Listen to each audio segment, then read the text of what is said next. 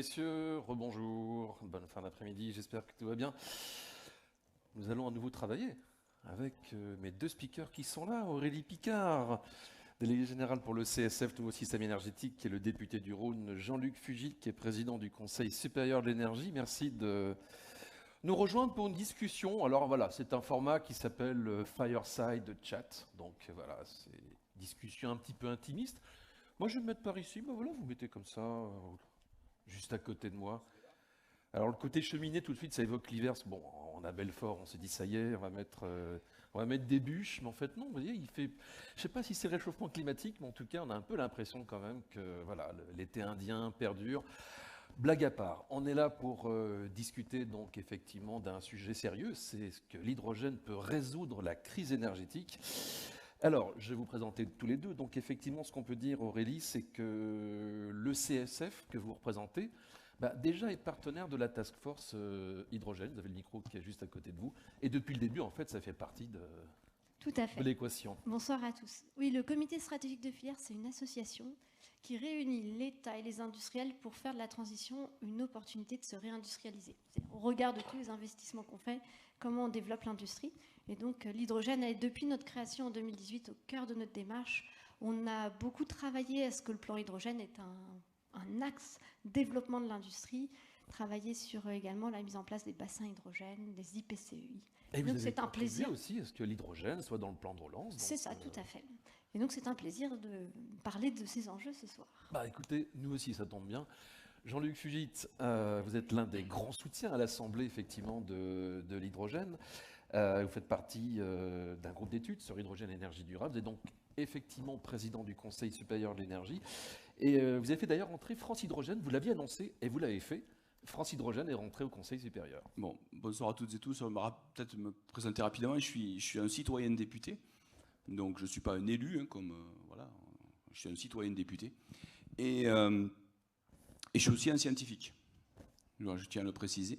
Et pour ce qui est de la présidence du Conseil supérieur de l'énergie, je me permets de préciser que je le préside de manière tout à fait bénévole et donc indépendante, ce qui me permet d'avoir à la fois des idées et de pouvoir les faire avancer.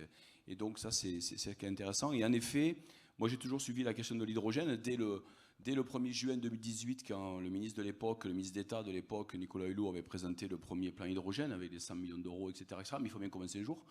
Et c'est un sujet que j'ai toujours suivi dans le mandat précédent. Et donc, ayant la chance d'être en saison 2 à l'Assemblée nationale, je continue à m'intéresser à ce sujet. D'une part parce que, évidemment, c'est un sujet important pour la décarbonation de l'industrie dont on va parler de la mobilité, etc. Et parce qu'en effet, je crois qu'il va falloir additionner pas mal de solutions pour le futur, on va y revenir. Et donc, voilà pourquoi je m'intéresse, entre autres, à l'hydrogène, mais pas qu'à l'hydrogène, bien entendu. Mais oui, c'est un sujet que je suis de près.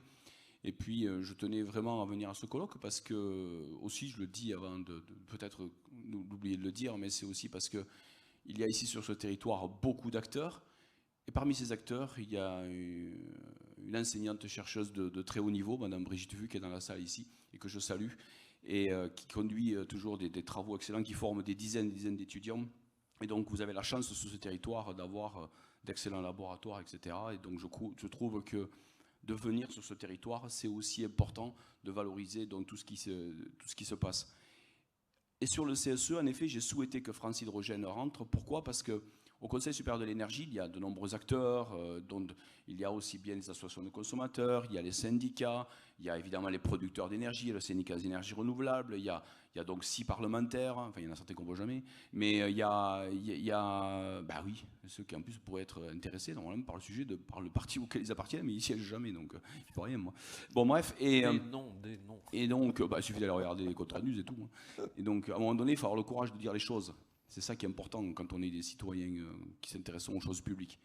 Et donc, ce Conseil supérieur de l'énergie, j'ai rapidement identifié qu'il y avait 2 oublis majeurs. Le monde de l'hydrogène et le monde agricole. Pas trace du monde agricole au Conseil supérieur de l'énergie. Méthanisation, agrivoltaïsme, méthanation éventuellement, etc. Donc tout le lien avec l'hydrogène. Donc je me suis aperçu qu'il y avait un souci.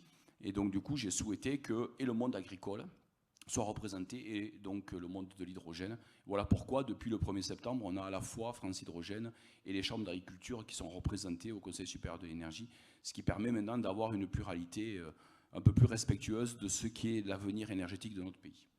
Alors, vous l'avez dit, on est sur un territoire, il y a la recherche, il y a tout le tissu scientifique, et puis les premières gigafactories qui sortent de terre, c'est une très bonne nouvelle.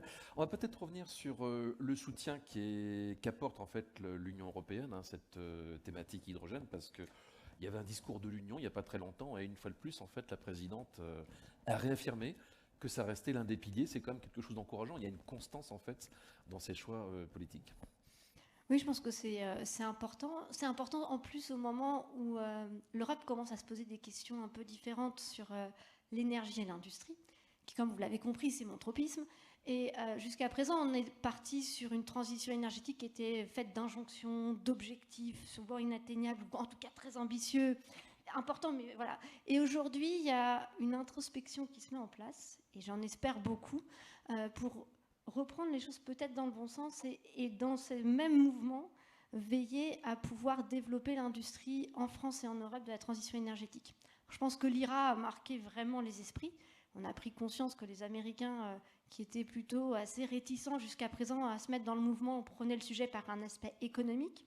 C'est 400 à 700 milliards d'euros selon si on inclut l'électronique, les critical materials, tout ce qui est ressources rares, orientés uniquement vers l'économie américaine. Donc vraiment au-delà de la partie énergétique, qui à mon avis reste complexe, parce que l'Europe n'a pas décidé avec quelle énergie elle souhaitait croître. C'est-à-dire qu'aujourd'hui, elle refuse tout. Elle est contre le gaz, elle est contre le nucléaire, et elle n'est pas vraiment non plus totalement pour les renouvelables, en tout cas dans les moyens qu'elle met en place. Donc on a aujourd'hui cette question européenne qui n'est pas résolue de si on veut croître et avec quelle énergie, mais malgré tout, un mode d'emploi qui se met en place, qui est extrêmement intéressant. Et l'hydrogène, qui est un vecteur énergétique, mais qui n'est pas une énergie. Je pense qu'il faut qu'on l'ait bien tous en tête. Il faut consommer de l'énergie pour faire de l'hydrogène qui permet de le transporter, de l'importer, notamment d'importer du renouvelable. Voilà, cet hydrogène est au cœur de la politique européenne, peut-être avec un malentendu. Et ça, je pense que c'est extrêmement important qu'on le pointe. C'est qu'on a des conceptions et des attentes totalement différentes avec l'Allemagne. Il y a des sujets qui fâchent, très clairement. L'Allemagne en a besoin, c'est salvateur. C'est-à-dire que face à sa dépendance pour le gaz, faute d'autre chose, il lui faut absolument, il conçoit son salut via l'hydrogène importé, et puis assez malin, bien imbriqué avec l'export de ces technologies allemandes, plus qu'européennes. Et donc il a lié les deux, import pour réussir à faire face à son problème d'approvisionnement de méthane, et puis de l'autre côté, export de ces technologies d'hydrogène, électrolyseurs. Nous, on n'a pas le même problème. On a de l'électricité décarbonée. On n'a pas une dépendance aussi forte au gaz et on n'a pas un mix énergétique qui soit autant... Enfin, on n'a plus de charbon et on a concrètement le nucléaire. Et c'est là où il y a tout le malentendu et tout le débat aujourd'hui.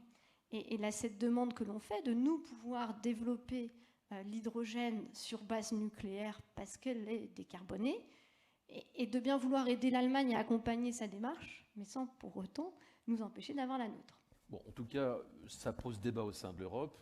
Ça commence un petit peu à s'améliorer, mais il y a encore beaucoup de points à modifier, évidemment, par rapport à la reconnaissance du nucléaire, notamment. Peut-être qu'il faut se dire la chose suivante, c'est qu'en Europe, je pense qu'on partage un objectif. C'est bien de temps en temps de le rappeler, cet objectif, c'est d'atteindre cette neutralité carbone 2050. Il faudrait d'ailleurs bien rappeler, on n'a pas le temps ici de rappeler ce que c'est la neutralité carbone, parce que parfois on mélange un peu tout. En tout cas, moi, il m'arrive à avoir des débats à l'Assemblée nationale où je m'aperçois qu'on mélange un peu. Bon, il faut dire qu'il y a une certaine biodiversité du comportement, et de la connaissance aussi. Mais ce qui est important, c'est qu'on partage avec les autres pays européens, finalement, on a une responsabilité qu'on partage, c'est de faire face à ces problématiques climatiques.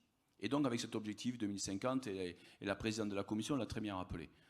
Là où on diverge, et notamment avec les Allemands, c'est sur le chemin qu'on prend pour atteindre l'objectif. Parce qu'en politique, en action publique, il y a toujours l'objectif et comment on va atteindre l'objectif. Donc on peut partager le même objectif, mais pas utiliser les mêmes chemins. Et c'est vrai qu'on n'utilise pas le même chemin. Le chemin de la France, il est très clair. Il y a le chemin de l'Europe, mais il y a aussi la France dans l'Europe. Et c'est vrai que le chemin de la France, je me permets quand même de rappeler, et il a été très bien précisé ici à Belfort par le président de la République en février 2022, et c'est bien la feuille de route qui est celle sur laquelle nous travaillons, c'est 4 leviers d'action interdépendants, dont aucun des 4 ne nous conduira à la solution tout seul, face au mur énergétique qui nous attend. C'est la sobriété, donc. Ce n'est pas l'un ou l'autre, c'est vraiment, on additionne les solutions. De la sobriété, de l'efficacité, on va revenir en détail dessus, le développement des énergies renouvelables et un appui sur le nucléaire. Et dans cette stratégie, j'insiste un petit peu, à la différence donc, nous des Allemands, on ne va pas opposer les énergies renouvelables entre elles. On n'oppose pas les énergies renouvelables au nucléaire. On n'oppose pas les molécules aux électrons. Le chimiste que je suis, il sait que pour faire des molécules, il faut des électrons. Bien d'accord. Il y en a même qui ont fait des cours de chimie parmi vous qui se souviennent que dans les molécules, il y a des électrons. Donc voilà. Donc on n'oppose pas molécules électrons, on n'oppose pas. Et donc on additionne les solutions. Et en fait, nous, notre stratégie, on pourrait la résumer de la manière suivante. Il y a une cinquantaine d'années, Pierre Messmer avait fait en gros un plan un peu tout nucléaire. Aujourd'hui, c'est pas ça le plan. Le plan, c'est tout sauf les fossiles. Et donc, en fait, le nucléaire en France, c'est pas un problème, ça fait partie de la solution. C'est une solution, mais qu'on additionne aux énergies renouvelables. Les Allemands ont fait un autre choix. Alors du coup, quand on ramène ça à la question du vecteur énergétique merveilleux qu'est l'hydrogène, en tout cas intéressant qu'est l'hydrogène, on devrait dire en toute rigueur le dihydrogène, bien entendu, vous le savez, mais enfin on va faire tous rapidement l'appeler l'hydrogène. Eh bien c'est vrai que du coup, on n'a pas la même capacité à produire et on ne va pas faire les choses de la même manière parce que nous quand même on dispose de cette électricité décarbonée importante sur laquelle je rappelle que dans cette première année de ce second mandat, nous avons accéléré les choses sur le renouvelable avec la loi d'accélération des énergies renouvelables qui est en train de se déployer évidemment au fur et à mesure que nous passons les textes maintenant d'application au Conseil supérieur de l'énergie que j'ai l'honneur de présider. Nous avons donc travaillé sur cette loi, comme nous avons travaillé sur la loi aussi autour donc, des normes, etc. pour le nouveau nucléaire. Au passage, vous voyez qu'il y a plein de lois qui se votent avec certes des majorités différentes, mais je vous le promets, il y a 47 textes de loi dans cette première année qui ont été votés sans l'usage d'un article qui s'appelle 49.3. Donc vous voyez comme quoi c'était possible. Hein, donc je le dis parce que sinon... Parfois, il arrive que médiatiquement, on réduit ce qui se passe à un ou deux textes. Et puis il y a des sujets plus fédérateurs que d'autres. Il y a des sujets qui sont plus fédérateurs. Mais voilà. Et sur les questions, donc, et par rapport aux Allemands et par rapport au nucléaire, la France, elle n'est pas toute seule dans cette affaire. Puisque vous avez vu que sous l'impulsion de notre ministre de la Transition énergétique, Agnès Pannier-Runacher, il y a une alliance du nucléaire qui s'est créée en Europe depuis quelques mois. 16 pays l'ont rejoint. La semaine dernière, par exemple, il y avait dans les locaux de l'OCDE à Paris donc une réunion autour donc, du financement du nouveau nucléaire, etc. Et on avance, et c'est très bien. Et c'est vrai que la trajectoire qui est choisie n'est pas la même, mais l'objectif, à la fin, en tout cas j'espère, il est partagé, c'est d'arriver à défossiliser, plutôt que décarboner, d'ailleurs on pourrait dire défossiliser, l'ensemble de notre activité économique. En fait, c'est ça finalement au fond. Pour que, en additionnant ceci entre la sobriété, nous on a choisi dans sobriété, efficacité, de renouvelable et nucléaire, eux ont fait des choix différents. J'espère qu'on arrivera à atteindre ensemble le même objectif, cette fameuse réduction massive de nos émissions de CO2. Aurélie Picard, on peut parler à présent des projets qui se montent en France. Bon, je le disais, ici on a des gigafactories, mais un peu partout en fait il y a des projets dans les régions pour la production massive d'hydrogène. Et puis on a des acteurs industriels qui font des électrolyseurs et qui partent également à la conquête du monde. C'est aussi une force qu'on a en France. Oui, tout à fait, c'est vraiment important. Et on peut saluer hein, les montants qui sont investis. Hein. Je pense que... tout à l'heure, j'ai animé un atelier et j'ai bien entendu, et je trouve que c'est important, tout le monde a conscience de l'effort des 9 milliards d'euros qui sont mis en place sur l'hydrogène, des 5 milliards d'euros pouvant devenir 10 sur la décarbonation de l'industrie. Maintenant, l'équation, c'est justement de réussir aussi bien que les Allemands, et peut-être de s'en inspirer, mais en tout cas de réussir vraiment à la fois à avoir un impact sur les émissions de gaz à effet de serre et sur les industries, et en particulier sur les gigafactories d'électrolyseurs qui sont extrêmement importantes. Il y a en ce moment la révision de la stratégie hydrogène. Le CSF y contribue activement, notamment en publiant tous les mois, je vous invite à aller chercher sur le site internet si vous ne les recevez pas, des notes d'analyse des stratégies des différents pays. C'est essentiel qu'on s'alimente des dynamiques C'est la dans le revue de monde. presse, en gros, de ce qui se Non, passe. c'est pas la revue de presse, c'est plutôt de l'intelligence économique, voilà, mais partagée ensemble. C'est grâce aux acteurs de la filière qu'on le monte, c'est un effort de filière. Mais justement, pour vraiment alimenter notre réflexion et adapter notre stratégie aussi selon les dynamiques des autres pays. Et dans cette révision de la stratégie de H2, je pense que vraiment la question de l'export est une question essentielle, que la stratégie à la française, elle n'est pas forcément... Cette stratégie d'export ne nécessite pas d'être aussi imbriquée à l'import qu'elle l'est en Allemagne, à l'import d'hydrogène, je veux dire. L'Allemagne, c'est assez simple ce qu'ils ont fait.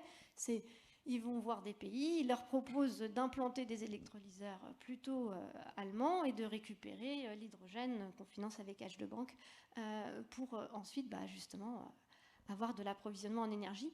Nous, on souhaite, dans la stratégie française, il y a plutôt une volonté de d'abord développer une production locale qu'on pense pouvoir faire décarboner et compétitive, c'est essentiel, il faut qu'elle soit compétitive en France. Et donc, il n'en reste pas moins qu'indépendamment de la stratégie d'import d'hydrogène que souhaite avoir la France, la stratégie d'export va être essentielle parce que ça nous fait un volume de capacité de production d'électrolyseurs important. Ça marche dans les deux sens, hein. Import, export.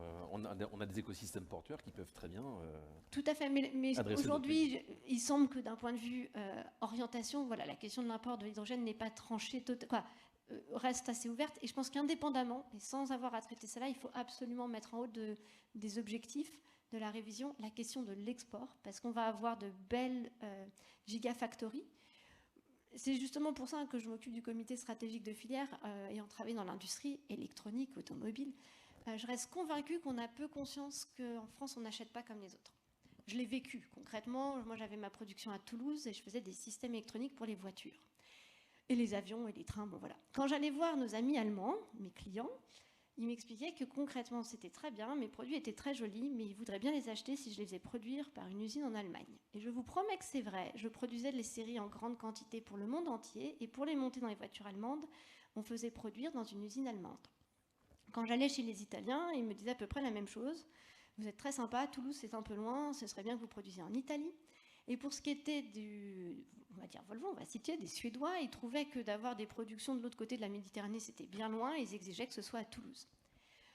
Vous avez tous des clients français, vous connaissez tous le comportement du client français. La discussion portait sur où je pouvais produire ailleurs dans le monde, indépendamment du prix. Et je crois vraiment qu'aujourd'hui, qu'avec 9 milliards d'euros mis en place par l'État, on ne peut pas refaire le solaire. C'est-à-dire que tous, collectivement, on prend un risque majeur. Si dans quelques années, on a dépensé 9 milliards d'euros et que pas un seul des électrolyseurs installés n'est français, je pense qu'on ne pourra pas, par rapport à la population, expliquer cette dépense et on aura tous un problème. Et ça, je pense vraiment, et je sais que ce n'est pas facile pour les services achats, ce n'est pas comme ça que sont gérés aujourd'hui les services achats, mais ce que j'ai appris dans l'aéronautique, les Allemands me disaient « tu as le fournisseur que tu mérites ». Et c'est ce qu'on a mis en place à Toulouse dans l'aéronautique, c'est que les clients mettaient en place leurs meilleurs ingénieurs, et s'ils n'en avaient pas, ils en payaient, pour aller chez le fournisseur améliorer la qualité. Et je pense vraiment qu'on a quelque chose à jouer. Ce n'est pas dans nos habitudes, ce n'est pas dans notre culture, mais c'est dans celle de nos voisins, donc ce n'est pas totalement inatteignable. Voilà, on a quelque chose à jouer là-dessus. Après, ça ne s'arrête pas que là. Il y a nécessairement une question à jouer au niveau européen, et ça, c'est un débat qu'on a plus largement que l'hydrogène, qui est une question aujourd'hui avec l'IRA, avec un marché plutôt fermé en Chine, comment l'Europe se réadapte et comment l'Europe s'assure de l'équilibre des relations commerciales. Je vais prendre d'autres sujets qui sont... Non, mais clairement, oui. on a fait preuve de naïveté. Clairement, aujourd'hui, et c'est depuis l'origine du comité stratégique de filière, un des sujets qui était à l'époque totalement politiquement incorrect il y a 5 ans, c'est notre combat de demander un équilibre des relations commerciales. Il faut aujourd'hui avoir conscience qu'on est un drogué, c'est-à-dire qu'on a dans chacun des systèmes qu'on importe un chèque. Il y a sur la voiture, il y a typiquement une procédure d'anti-dumping qui a été lancée. Concrètement, voilà, il y a quand même des systèmes. Je vais prendre le photovoltaïque, on va s'éloigner de l'hydrogène, comme ça, il n'y aura pas de sujet. Mais sur le photovoltaïque, aujourd'hui, avec les panneaux solaires, c'est ce qui a fait qu'on s'est désindustrialisé, il y a une subvention massive. Les usines sont gratuites en Chine. Et demain, les Américains n'achèteront, ne subventionneront que les produits produits aux États-Unis.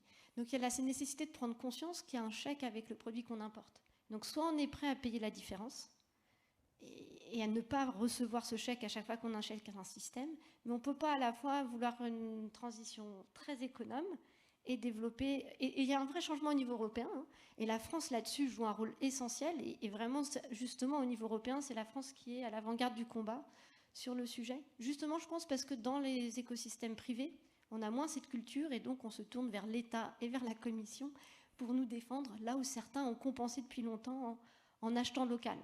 Donc je pense que cette différence culturelle fait qu'on a plus besoin de nous, de l'intervention de la France et de l'Europe, et que certains de nos voisins ont mis plus de temps à en prendre conscience. Mais c'est un enjeu essentiel pour qu'on réussisse. Mais on a tous notre part à jouer. Mais il y a très clairement un besoin au niveau européen de sortir de la naïveté, de mettre des règles du jeu, parce qu'à un moment, si on reste sur le prix, s'il y a du dumping, c'est pas nous qui remportons. Alors, qu'est-ce qu'on peut dire par rapport à cette révision de la stratégie? Donc, vous y travaillez, on a posé la question à la personne de la DGEC ce matin. Est-ce qu'on vous avez plus de précisions sur ce qui peut être mis dedans, sur la date? Est-ce que la mobilité, par exemple, sera mieux prise en compte? Parce que c'est un enjeu aussi. Ah mais bien sûr, oui. C'est bien que nous en parlions un petit peu.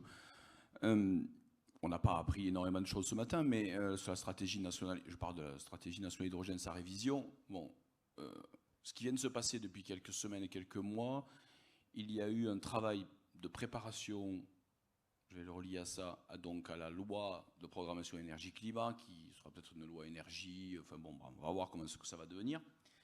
Et dans ce cadre-là, nous avons fait un certain nombre avec, moi je faisais partie de groupes de travail, on étions dans le même d'ailleurs, et dans ce groupe de travail, nous avons fait des recommandations en matière d'innovation, pas que sur l'hydrogène, mais l'hydrogène en fait partie. Et moi, ce que mon petit doigt me dit à ce stade, c'est que nos recommandations se retrouveront dans la stratégie nationale hydrogène, donc notamment qui est en cours de révision, qui sera présentée, comme vous le savez, dans quelques semaines par les ministres Roland Lescure et Agnès Pannier-Runacher, donc industrie et transition énergétique, et je pense qu'elle sera présentée en binôme, ce qui pourrait sûrement avoir du sens. Et donc cette stratégie, eh ben, il va y avoir évidemment la question de la production, hein, donc de l'hydrogène. Alors, ceci en lien avec notamment les 4 milliards qui ont été annoncés donc, pour favoriser la production d'hydrogène bas carbone, parce qu'il faut qu'on arrive à réduire ce différentiel de prix, bien entendu, par rapport à l'hydrogène que l'on peut récupérer à partir du fossile, ça va de soi. Mais tout le monde sait ça dans la salle, donc je ne vais pas insister, bien entendu. Et donc, on a convergé sur un certain nombre de données donc, dans le cadre de ces travaux et on peut espérer retrouver donc, ceci dans la stratégie nationale hydrogène. Nous sommes un certain nombre à avoir. On a tous bien compris qu'à l'heure actuelle, le gouvernement veut mettre le paquet sur l'hydrogène pour décarboner au niveau de l'industrie, etc. Bon, très bien. Moi, je pense qu'il faut faire attention à ne pas oublier la question de la mobilité. Alors la question de la mobilité, certains vont me dire qu'à travers les PIEC, qu'à travers la Tirubert, que j'avais réussi à faire mettre dans le texte du PLF de l'année dernière, c'est-à-dire malgré le 49.3, vous savez que quand on fait un 49.3, en réalité c'est pas le texte du gouvernement qui est adopté, c'est un texte du gouvernement dans lequel on met des amendements des parlementaires en discussion avec le gouvernement. Je vous explique un peu la réalité des choses, ou le dessous si vous voulez. Et donc on avait réussi à faire adopter un certain nombre d'amendements dont certains comportaient là-dessus. L'idée c'est peut-être d'aller plus loin d'ailleurs, sur la Tirubert et l'hydrogène, etc. Ça fait un moyen d'agir. Et donc c'est des choses sur lesquelles je vais revenir à la charge, pour rien vous cacher, dès la semaine prochaine, avec un certain amendement que je porterai en tant que rapporteur de la Commission de développement durable sur ces sujets. Et c'est aussi, et donc dans la stratégie, nous on veut, enfin quand je dis nous, je parle avec certains collègues parlementaires, on a envie qu'il y ait des choses aussi sur la mobilité en effet. Alors j'ai bien senti ce matin dans les discussions où j'étais sagement assis dans un coin là où j'écoutais les uns et les autres, et j'ai bien senti qu'il y avait un peu, bah oui, il y a pas mal d'interrogations autour de l'hydrogène et la mobilité. Donc moi je maintiens que c'est intéressant. Évidemment, aujourd'hui, je pense qu'il serait dangereux. Alors là aussi, on commence à voir apparaître une sorte de tension entre la batterie et l'hydrogène. Moi, encore une fois, je pense qu'il faut additionner les solutions. Je suis peut-être naïf, je suis peut-être un peu bête, mais moi, il me semble qu'il faut additionner les solutions et que si sur la voiture particulière aujourd'hui, le match semble plier en faveur de la batterie, il me semble, mais peut-être que je me trompe, encore une fois, moi je suis simplement là pour réfléchir avec vous et ce matin, tout ce que j'ai entendu, ce que les gens avec qui j'ai parlé aujourd'hui et ce soir, j'imagine que ça va nourrir notre réflexion et c'est très bien comme ça. Mais il me semble quand même que sur la mobilité longue distance, la mobilité intensive, etc., oui, je pense quand même que celles et ceux qui parient que sur l'électrique, sur la batterie, font une erreur. J'ai absolument rien contre les voitures électriques, par exemple, parce que j'en suis à ma 3e voiture électrique. Et donc, voilà, donc En tout cas, il y a j'étais de la le place rapporteur pour de la loi plusieurs technologies. mobilité, et donc je suis le député qui a inscrit les ZFE dans la loi, et je peux d'ailleurs en débattre avec qui que ce soit sans aucune difficulté. Mais simplement, je pense qu'il ne faut pas mettre, comme on dit, tous les œufs dans le même panier. Je pense que, oui, il faut que l'hydrogène sur la mobilité soit dans la stratégie nationale hydrogène. Madame Vu, qui est dans la salle ici, elle pourrait aussi vous dire qu'on peut faire des choses intéressantes au niveau du bâtiment. Notamment, on le voit très bien en termes de rendement, quand vous essayez de comprendre un peu scientifiquement les choses. Nous avons des formations d'ingénieurs, hein, Madame Picard, comme Madame Vu, etc. Nous avons cette capacité à aller s'intéresser un peu à ces sujets. Et là aussi, il y a quelque chose à jouer. Et moi, je trouve qu'on est un peu frileux sur le côté bâtiment, parce qu'il y a des choses très intéressantes à faire en termes de récupération d'énergie. Parce qu'encore une fois, finalement, à la fin, au fond, quand on travaille sur des questions énergétiques, quel que soit le domaine dans lequel on travaille, il y a quand même quelque chose qui restera tout le temps, c'est le principe de Lavoisier. Rien ne se perd, rien ne se crée, tout se transforme. Et donc, quand vous avez du renouvelable, du nucléaire, du fossile, tout le monde a un impact, tout a un impact. Par contre, l'impact le plus important sur l'environnement, c'est les fossiles. Et donc, si vous sortez des fossiles, vous décidez de sortir des fossiles, il faut s'appuyer sur les 2 autres jambes. Donc, c'est ce que l'on fait, avec ce qu'on disait tout à l'heure, et qu'a très bien rappelé, comme je disais, dans le destin énergétique français, le président de la République ici. Donc renouvelable et nucléaire. Et donc maintenant, quand vous allez travailler sur le renouvelable nucléaire et que vous avez ce vecteur énergétique au milieu, là, qui est l'hydrogène, eh bien, il faut essayer de l'utiliser à bon escient. Et donc aujourd'hui, je suis persuadé que, y compris sur le bâtiment, et plus particulièrement sur la mobilité, il y a des choses à faire. Et je trouve personnellement que c'est plutôt, il faut faire attention à ne pas axer la stratégie nationale hydrogène uniquement sur l'hydrogène pour l'industrie. C'est très important hein, pour décarboner ou défossiliser les activités industrielles, que ce n'est pas là. Mais voilà, faisons attention. Dans la stratégie nationale hydrogène aussi, je pense qu'il faut, en tout cas, sur les réflexions que nous avons eues, on en discutait tout à l'heure avec Mme Picard, par exemple, il faudra aussi penser dans la manière de produire, à prendre en compte tous les paramètres. Alors, par exemple, la question de l'eau, il faut faire attention à la question de l'eau avec les électrolyses. Il ne faut pas faire, à mon avis d'ailleurs, et je pense qu'il ne faut pas faire que de l'électrolyse. Il faut regarder les autres technologies qui existent. Plasmalyse, thermolyse. Enfin, on en a parlé cet après-midi, justement. Oui, je sais. Sur la biomasse, on a la difficulté, on a la problématique de tout ça, on l'a regardé, y compris dans les groupes. Ce que je voulais vous dire, c'est que dans les groupes de préparation à la loi énergie-climat, nous avons travaillé là-dessus. Nous sommes arrivés à des conclusions que nous avons données au ministère et sur lesquelles on espère que les équipes ministérielles donc, vont travailler à faire des propositions intéressantes pour qu'on retrouve des choses intéressantes dans la stratégie nationale hydrogène. En tout cas, on va y veiller. Et puis ensuite, à l'Assemblée, on continuera dans nos groupes d'études, groupes d'échange avec les uns et les autres, à essayer de pousser, de challenger un peu le gouvernement à ne pas commettre l'erreur, de mon point de vue, à n'aller que sur l'industrie. Aurélie Picard, c'est vrai que l'eau, ça peut devenir un sujet de tension.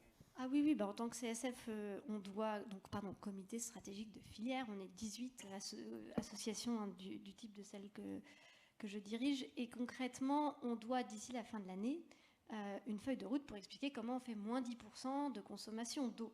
Alors, je vous avoue, parce qu'il n'y a pas que l'hydrogène, d'ailleurs, il y a aussi l'électronique, il y a plein de domaines où on... Oui, mais et concrètement, en fait, l'État... et c'est marrant, hein, parce qu'on conduit les mêmes feuilles de route sur la décarbonation, je vous promets que le résultat n'est pas le même. C'est-à-dire que sur l'eau, les industriels, ce n'est pas une question de prix qu'ils ont en tête, c'est qu'ils ont bien en tête que potentiellement, ils n'ont pas d'eau. Donc ça répond très bien. Ça veut dire, sur la décarbonation, on leur dit, vous allez faire pareil pour plus cher, mais en émettant moins, et le prix du CO2, c'est dur à prendre en compte. Là, concrètement, sur l'eau, quand on leur dit, on commence à être un peu inquiet, à certains endroits, on ne sait pas bien comment ça va se passer, collectivement, on s'assoit tous autour d'une table et on regarde comment, d'ici 2030, on consomme 10% de moins, je vous promets que ça répond très bien. Alors nous, dans notre comité stratégique de filière, comme on s'occupe des nouveaux systèmes énergétiques, c'est-à-dire des énergies renouvelables, des réseaux, élec, gaz, chaleur, du stockage, élec, gaz, chaleur et des technologies de décarbonation, on est une filière en pleine croissance. On s'occupe des gigafactories de batteries, des gigafactories d'électrolyseurs. Et donc, quand on part de pas grand-chose et qu'on doit faire moins 10%, je vous promets que l'anxiété... Alors, je réexplique, hein, c'est moins 10% sur l'ensemble du tissu industriel et c'est pas moins 10% sur chacun des sous-sujets. Mais sur l'hydrogène, je vous assure que très vite, le sujet a été pris à bras-le-corps et on regarde avec intérêt les technologies qui n'ont pas spécifiquement besoin d'eau. Je pense important également hein, par rapport à cette... et les signaux sont bons hein, par rapport à la prise en compte des autres technologies que l'électrolyse. Au niveau européen, la France a travaillé pour que le Net Zero Industrial Act soit bien neutre sur cet aspect, que les autres technologies puissent être incluses. Oui. Non, Je pense que c'est important, au-delà de prendre la question de l'énergie. C'est-à-dire qu'on évoque souvent comme limite du développement de l'hydrogène la limite financière. 9 milliards d'euros, on est entre 1 à 3 gigawatts financés avec 9 à 14 milliards d'euros selon comment on compte aussi. Vous voyez bien que pour aller à 6, on sent bien que financièrement il y a une question. Mais au-delà de ça, financièrement, c'est lié à la question de combien d'énergie ai-je besoin, combien coûte cette énergie, est-elle décarbonée?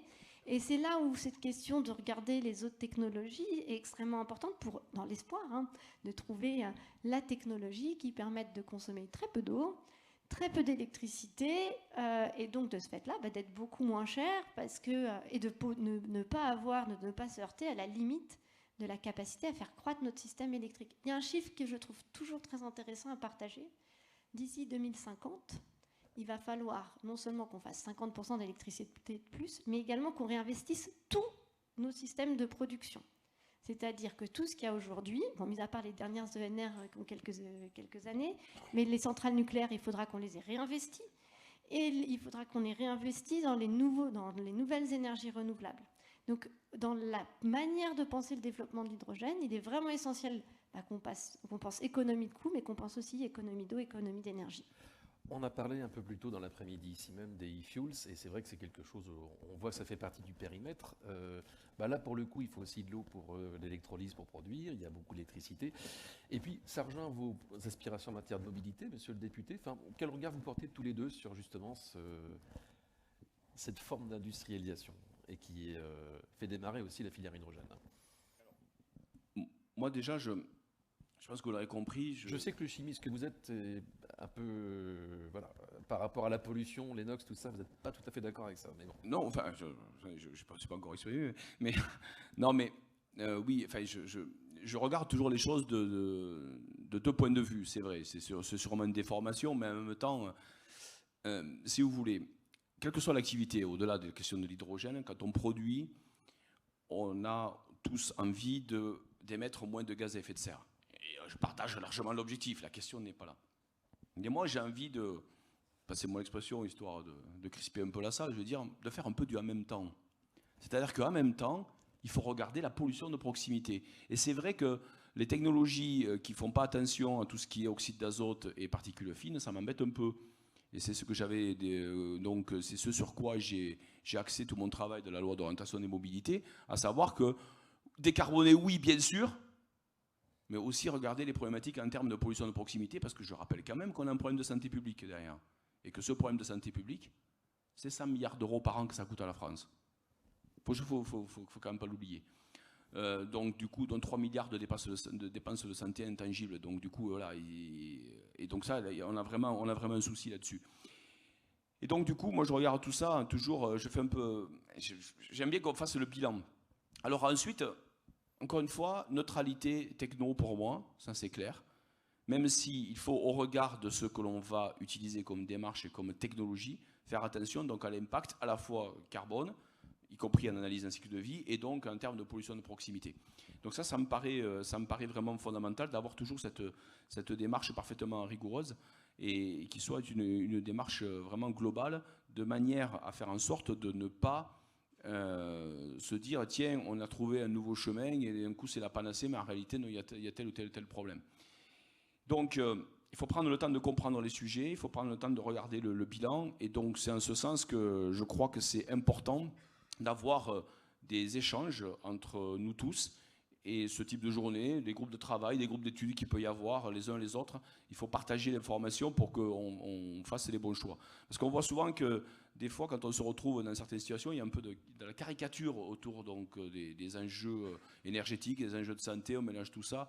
Et c'est normal, à la fin, nos concitoyens nous regardent en nous disant « mais moi, à la fin, qu'est-ce qui va se passer au niveau du prix, qu'est-ce qui va se passer ?» Parce qu'il faut évidemment que je puisse arriver à financer tout ça. C'est d'ailleurs tout le débat sous-jacent aujourd'hui autour du marché de l'électricité. Il y a un gros enjeu, on le sait tous, vous le savez tous 10 fois mieux que moi.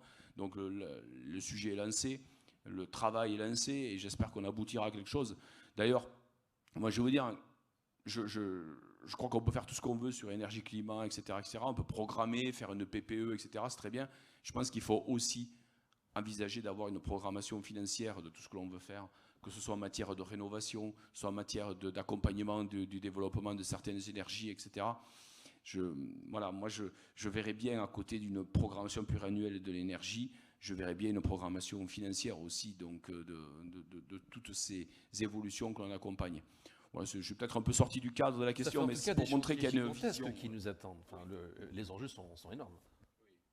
Les enjeux, ils sont énormes, mais en même temps, très sincèrement, je pense que c'est finalement très intéressant, parce que en fait, moi, je vous partage modestement ce que je vis dans ma circonscription, où je suis député d'une circonscription de 38 communes, beaucoup de communes rurales et une partie un peu périurbaine. Et je vais vous dire une chose très sincère, c'est qu'en fait, vous prenez le temps de discuter avec vos concitoyens, ils les comprennent les enjeux, il n'y a aucun souci. Il faut simplement prendre le temps de discuter, d'échanger, de faire de la pédagogie, d'être à disposition déjà pour nourrir sa réflexion de ce qu'on entend sur les craintes et les attentes de nos concitoyens, mais aussi prendre le temps d'expliquer. Et quand vous prenez le temps d'expliquer, et c'est ce que je regrette un peu parfois dans certains traitements médiatiques un peu caricaturaux, et si on prend le temps d'expliquer, vous savez, beaucoup de nos concitoyens, ils comprennent largement les enjeux face auxquels on se trouve. Et du coup, ils voient que ça va être quelque chose de majeur pour les années qui viennent. Et en même temps, il faut qu'on adresse un message, sincèrement, là je ne veux pas tomber mais un message positif à nos jeunes notamment. Et nos jeunes notamment qui s'intéressent aux études scientifiques. Je sais qu'il y en a dans la salle ici. Et sincèrement, moi je leur adresse ce message-là. Je le dis, je pense qu'une partie de la solution, elle est aussi chez nos jeunes qui font des études scientifiques et à qui il faut donner envie, en leur disant, écoutez, nous, on a un service public de la formation dans ce pays qui est remarquable, qui peut vous amener jusqu'aux écoles d'ingénieurs, etc., etc., etc. Ben, on a aussi besoin de votre matière grise pour réussir cette transition. Donc, il y a la question de la compétence, il y a la question de la formation. Et c'est vrai que de temps en temps, vous voyez, quand sur une université comme l'UTBM, on forme des jeunes donc, qui vont travailler sur l'hydrogène, la transition énergétique, etc., etc., ben, ça vaudrait le coup que de temps en temps, les médias les interrogent, les mettent un petit peu en avant. Pourquoi vous faites ci, pourquoi vous faites ça, etc., etc. Ça peut même donner envie à d'autres. Ça peut paraître bizarre ce que je dis, mais souvent, nos jeunes, quand on leur explique que c'est bien d'aller manifester les problématiques de climat, etc. C'est très bien, hein, les manifestations dans la rue sur le climat, etc. Ok, mais qu'est-ce que je peux faire au moins ? Eh ben, si dans tes études, dans ta manière de te lancer, tu peux participer à la grande aventure de la transition finalement énergétique et la transition écologique de l'ensemble de notre activité économique, eh ben, on va pouvoir cranter des avancées et on ira obligatoirement un peu plus facilement ou moins difficilement vers l'objectif de la neutralité carbone 2050 qui est finalement l'objectif qui, j'espère, on partage. Et j'espère même que ça nous réunit, mais je le dirai peut-être d'une autre manière à la fin. Ça me tient à cœur de réagir, si vous permettez, sur deux points. Tout d'abord, je pense que... Vous êtes d'accord avec moi. Ah, mais comme toujours. Après, par contre, je vais vous demander des sous. Tout d'abord, pour commencer, au sein du comité stratégique de filière, à la demande de Roland Lescure, ministre de l'Industrie, et d'Agnès Pannier-Runacher, ministre de la Transition énergétique, on lancera avec l'ONICEP en janvier 2024 un tag des 100 métiers de la transition énergétique. Parce qu'en fait, je trouve avec le débat qu'il y a eu autour de l'industrie verte, et globalement, l'industrie verte est surenchantée, ou en tout cas, elle est un peu paillette. C'est-à-dire qu'on parle toujours de batterie, de rocket science, mais concrètement, pour passer la journée à décortiquer des chaînes de valeur, parce que le comité stratégique de filière, on a 20 groupes de travail, dont un sur l'hydrogène, mais également, on regarde la capture carbone, les batteries, voilà. Concrètement, les métiers de la transition énergétique, c'est quoi ? C'est technicien de maintenance, c'est soudeur, c'est chercheur, c'est ingénieur. C'est des métiers, le gros des systèmes énergétiques, c'est des tuyaux, des échangeurs et des compresseurs. Alors dans la presse, on entend beaucoup parler des batteries. Mais les batteries, si on décompose, c'est quoi ? C'est de la chimique, de la thermique, de la mécanique et de l'électronique. On revient aux matières qu'on trouve dans les universités. Donc on a vraiment besoin de bien objectiver, au-delà d'un discours un peu trop rapide. Certes vrai, hein, les batteries, l'hydrogène, c'est l'industrie verte. Mais concrètement, aujourd'hui, ce discours rapide, il a deux impacts sur la capacité à recruter et deux sur la politique qui est faite au niveau européen, j'en profite. Il y a vraiment une prise en compte des matériaux stratégiques, donc l'amont-amont, des systèmes, le Net Zero Industry Act, mais alors toute la chaîne de valeur au milieu, elle est abandonnée. Donc concrètement, pour l'instant, il faut qu'au niveau européen, on ait une cohérence dans notre politique industrielle. Elle n'est pas cohérente pour le moment. Il y a un trou entre les matériaux, les lithium, tout ça, le silicium, et puis les équipements. Et la chaîne de valeur, si on n'a pas le continuum, on ne va pas y arriver. J'ai un deuxième point pour rebondir, et là c'est la demande. Concrètement, aujourd'hui, pour enchanter aussi nos métiers techniques, donc industriels, scientifiques et techniques, je crois que vraiment c'est le trio qui va ensemble, on a besoin absolument de financer notre recherche. Aujourd'hui, on est un pays d'Europe, l'Allemagne fait 3,5 points du PIB, on fait 1 point du PIB. Concrètement, il faut donner les moyens. On ne peut pas construire une industrie sans avoir une recherche de haut niveau. Et on a une recherche de très haut niveau en France, mais on n'a pas le volume de chercheurs. On a vraiment besoin de réamorcer la pompe. Et alors aujourd'hui, quand on a, par rapport aux amorces de planification financière que vous évoquez, le rapport Pisani-Ferry, qui est bien connu et envié de toute l'Europe. Concrètement, on est le seul pays à être allé aussi loin dans ces travaux-là. On prévoit 76 milliards d'euros supplémentaires, bien supplémentaires, par an pour la transition énergétique tous les ans. Et si on regarde ce qu'il faudrait mettre dans la recherche en plus, c'est 20 milliards en plus. Donc concrètement, on a là un challenge colossal, en sachant que les taux d'intérêt ont augmenté, que la dette est déjà importante. Mais on voit bien toute la nécessité, et c'est là où j'abonde totalement, d'avoir une planification et de ne pas oublier ce volet scientifique, parce qu'on n'aura pas d'industrie sans science. Et vous remarquerez, si je peux me permettre, qu'il y a une planification écologique qui a été annoncée dans la semaine dernière. Il y a aussi, dans le cadre, on commence le débat budgétaire. Il y a d'ores et déjà donc, des annonces. Bon, évidemment qu'il faudrait plus. Hein. Mais comme vous l'avez dit, on a aussi une équation à résoudre, hein, l'équation du pouvoir d'achat, la problématique économique du pays actuellement. Et donc, la Première ministre a pris la décision. La chef du gouvernement a pris la décision donc qu'on mettrait 10 milliards de plus dans le budget sur la transition écologique et on ne peut que s'en réjouir. Enfin, en tout cas, moi, je m'en réjouis. Évidemment, certains vont nous dire qu'on n'en fait pas assez, ne vous inquiétez pas, je les entends déjà hurler. Mais tout ça, il faut le faire dans un cadre équilibré. Et en même temps, il faut que ces financements aussi rassurent le privé, permettent aussi d'investir. Industrie verte, c'est aussi l'idée d'investir. Hein, donc, il y a aussi l'investissement. Et l'investissement, oui, c'est vraiment, c'est basique de le rappeler, c'est créer de la valeur et c'est entraîner nos jeunes. Hein, j'insiste bien dans cette grande aventure collective parce que je pense qu'eux aussi, ils ont vraiment une partie de la solution.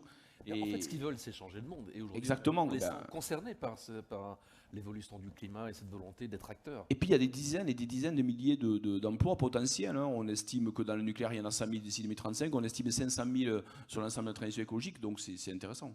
Oui, après, c'est pas en faisant des slides qu'on change le monde. Donc concrètement, c'est très bien qu'on ait des ingénieurs généralistes et je pense que la France a une chance incroyable. On est un peuple qui travaille la route au petit bonhomme rouge. Il va falloir sortir des cadres pour résoudre le problème de la transition énergétique.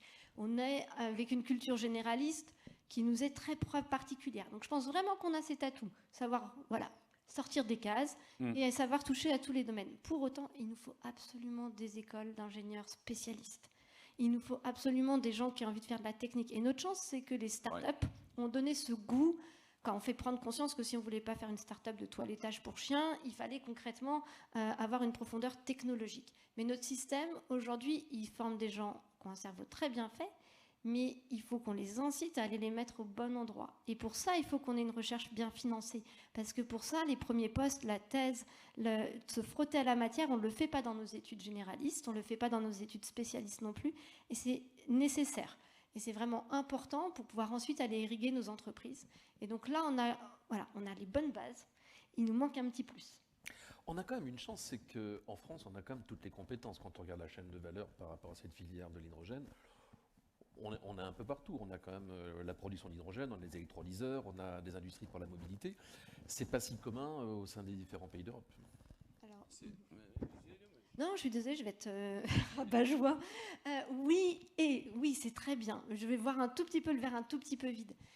Des fois, il vaut mieux être leader mondial de l'écrou de 5 et concrètement pouvoir peser dans une chaîne de valeur parce que tout le monde a besoin de cet écrou et que vous êtes le seul à le faire, que d'être moyen dans tous les équipements. Donc on a cette culture générale, on a cette culture du système qui est importante. Mais je pense aussi qu'il ne faut pas sous-estimer que des fois il vaut mieux être le leader mondial d'un maillon stratégique de la chaîne de valeur, ou même pas stratégique, mais que de vouloir essayer d'être toujours sur le système.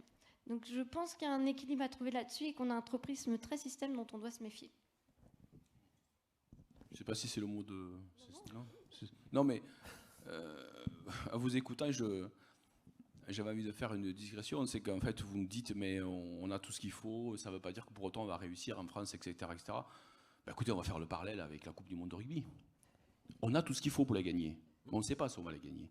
Tout simplement parce qu'il y a des... Et s'il y a l'esprit d'équipe, exactement, on peut y arriver. exactement, on est tous unis pour un rêve, hein, pour cette nuit enivrante du 28 octobre prochain, qu'on attend tous. Mais en attendant, il va falloir franchir des étapes. Non, mais je redeviens très sérieux quand je le dis. C'est un peu la même chose que ce que vous dites là. Vous dites en gros, il y a une volonté, je pense objectivement qu'il y a une volonté politique, on a des industriels, je pense qu'on a de la compétence, on a de la connaissance, et c'est vrai que je suis assez sensible à ce que dit Mme Picard sur la question de la recherche. Je pense qu'on ne valorise pas suffisamment. Je pense même qu'on est un petit peu, surtout sur le plan médiatique d'ailleurs, encore une fois, la connaissance scientifique et ce que font nos chercheurs dans nos laboratoires, etc., je trouve personnellement qu'on ne le met vraiment pas suffisamment en avant. Après, il faudra l'accompagner, il faut financer, il faut investir dessus. Ça, c'est important. Mais il faudrait aussi que ça passe par une mise en valeur plus importante d'un point de vue médiatique. Et ça, il ne s'agit pas d'ouvrir tous les journaux télévisés là-dessus, mais de temps en temps, avoir 2 ou 3 minutes de bonnes nouvelles autour de ces sujets-là, montrer ce que l'on fait.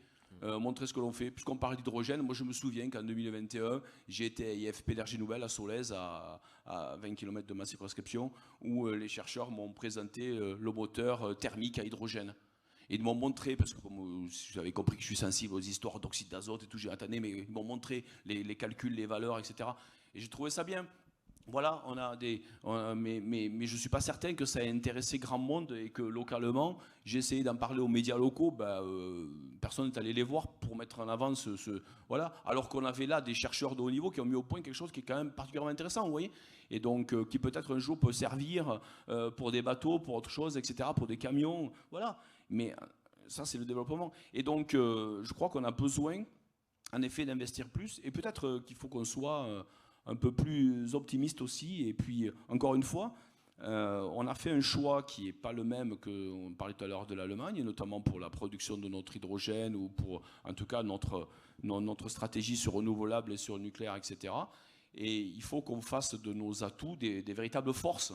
Et aujourd'hui, d'avoir un parc nucléaire qu'on relance, dont on va revoir, notamment y compris la sûreté nucléaire, etc., mais tout ça, c'est plutôt positif. Quand on fait la loi d'accélération des énergies renouvelables il y a quelques mois, ça veut dire qu'en gros, on passe à créer on essaie finalement de créer une industrialisation des énergies renouvelables, parce que ces 15 dernières années, on a un peu vivoté sur le renouvelable. On a, suite à Fukushima et compagnie, énormément tergiversé sur le nucléaire. Il faut le dire, tout le monde, c'est pas la peine de montrer du doigt l'un ou l'autre, tout le monde a tergiversé sur qu'est-ce qu'on fait par rapport au nucléaire, etc., etc. Et donc aujourd'hui, on a de nombreux acteurs. Par contre, moi, ce que je voulais vous dire, c'est que j'ai conduit des travaux avec l'Office parlementaire d'évaluation des choix scientifiques et technologiques, l'OPEXT. Dans mon mandat précédent, je l'ai conduit sur énergie et agriculture, par exemple, où j'ai auditionné pendant 1 an, donc j'ai rencontré 153 acteurs différents et j'ai fait des propositions suite à ça. J'ai participé à des travaux sur l'hydrogène avec des collègues. On a travaillé récemment sur la sûreté nucléaire, etc. Franchement, par contre, sincèrement, sans vouloir tomber dans... Voilà, on a quand même des acteurs très engagés. Franchement, on a des gens remarquables dans ce pays qui sont très très bons. Et c'est vrai que si on arrive à les mettre ensemble sur un terrain, eh ben, je pense qu'on va arriver à s'engager très clairement sur cette transition énergétique qu'il faut réussir. Et donc, au lieu de parler de se poser la question de savoir si on va résoudre la crise énergétique, on va devoir plutôt se poser la question de comment on fait pour continuer à réussir cette transition énergétique qu'on est en train d'initier et qu'il faut amplifier sur les années qui viennent et les décennies qui viennent pour qu'on arrive vraiment à sortir de cette drogue que sont les fossiles. Parce que finalement, au fond, nous sommes un petit peu drogués par les fossiles. On arrive à la conclusion de cette discussion passionnante. Très rapidement, on a parlé d'hydrogène naturel un petit peu, on aura l'occasion d'y revenir demain.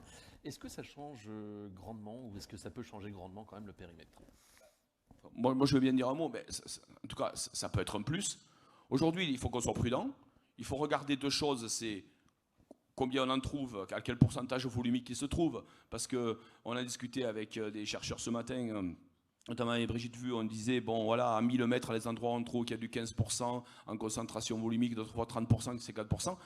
Donc la question c'est qu'on identifie les quantités. La deuxième question, ça va être comment on l'extrait, bien entendu, comment on extrait cet hydrogène-là. Et puis il y a quand même une troisième question sous-jacente, c'est, je reprends ma casquette de chimiste, c'est de se dire, mais si j'extrais de l'hydrogène, quels sont les phénomènes de production de l'hydrogène qu'il y a dans ce sous-sol? Est-ce que va s'appliquer le principe de modération, le principe de Le Chatelier? Est-ce que quand je vais extraire de l'hydrogène, du dihydrogène, il va s'en former à nouveau? Ça change tout, ça. Et si jamais c'était le cas, alors là, on aurait une solution intéressante. Et puis, si jamais ça se passe, c'est aussi à quelle vitesse ça se passe. Donc, en gros, c'était simplement pour finir en vous disant qu'il va falloir avoir une approche physico-chimique de l'affaire, et très sérieuse. Mais peut-être que cet hydrogène-là peut être un complément très intéressant. Allons-y prudemment quand même, parce qu'il ne faut pas faire n'importe quoi, notamment pour aller par rapport à nos sols, etc. Ça va de soi. Aurélie Picard. Non, j'ai rien de plus à ajouter sur le sujet. Je pense que ça a été très bien résumé. Donc...